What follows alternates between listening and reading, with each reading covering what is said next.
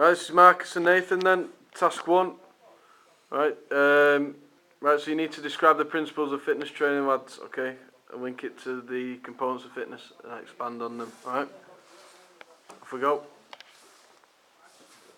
Cardiovascular fitness. This is to do with the ability of your heart and blood vessels to supply oxygen to your working muscles during exercise. Your cardiovascular system is used mostly when doing exercise for a prolonged period, for example like marathon or road cycling. An exercise to help improve your cardiovascular system would be to do the rowing machine for an hour, trying to keep up a medium intensity. A good example of a sporting athlete who will need this cardiovascular system to be one of the best is Bradley Wiggins, because he cycles for hours up and down like mountains and hills and stuff like that. Balance and coordination is one of the most important fitness components and factors in success in sports, such as gymnastics, surfing, many other sports such as football, rugby. You need good coordination. Also good balance, such as Ozil is amazing at Arsenal because he's able to use coordination, agility, speed and balance on the same one. Coordination is the ability to control movement with the body at different speeds, different turns, such as Ozil got all of them, and that's about it. Muscular endurance. The ability of a muscle group to continue muscle movement over a length of time. Muscular endurance is determined by how well your slow twitch muscle fibres are developed. An exercise that you can do to improve your muscular endurance is tricep pull down, doing drop setting. A sporting athlete that will need their muscular endurance to be really good is Tom James, who's an Olympic rower.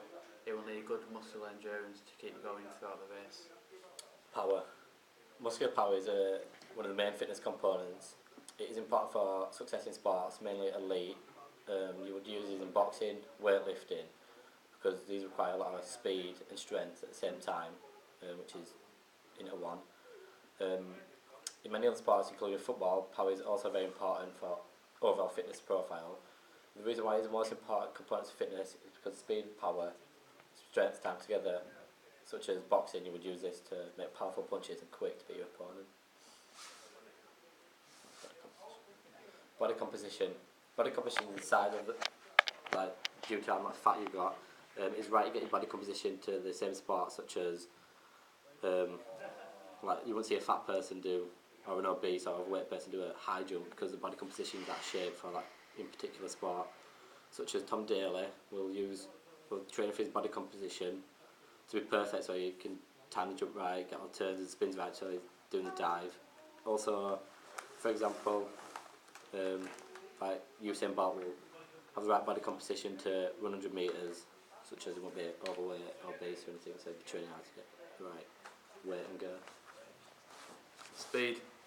This is the ability to move quickly from one point to another in a straight line. Speed is influenced by the athlete's mobility, strength, endurance and technique. An exercise to improve speed would be to do 10 30-metre sprints with full recovery afterwards, and then 4 80-metre sprints with full recovery between each one. A sporting athlete who will need speed the most is Usain Bolt, obviously, because he'll need speed to beat his opponent so he can win races. Muscular strength. This is a very important component of fitness because you need strength for everything in sport. Well, most sports. Measures fitness football players like Suarez will need chest muscles to block out when pushing opponents off the ball, and also strength to strike the ball, head of the ball, jump. Also, John Terry, defensive player, will use muscular strength to make heavy tackles, lunges, everything else. Other sports you would use is swimming, baseball, rowing, etc., rugby.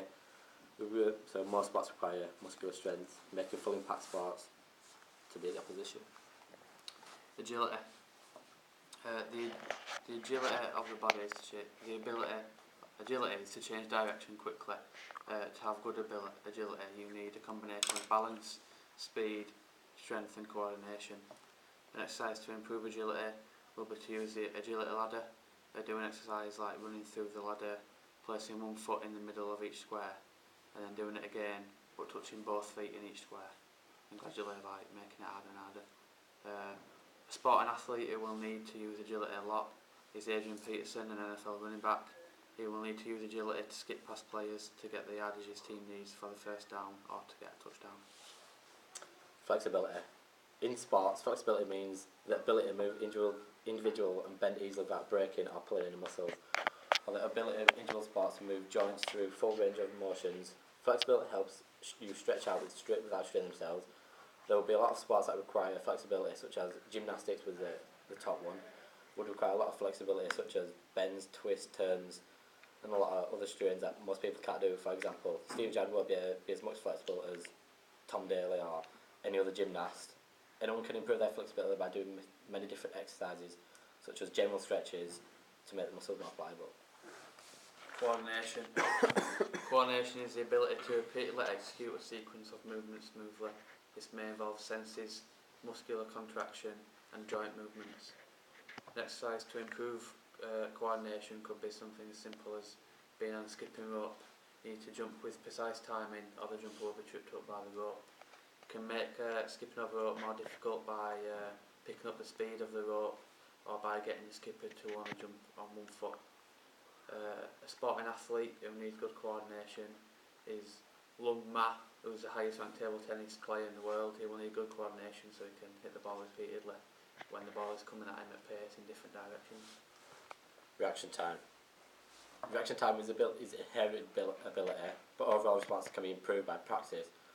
Reaction time is how fast your muscle fibres twitch and how fast your mind works.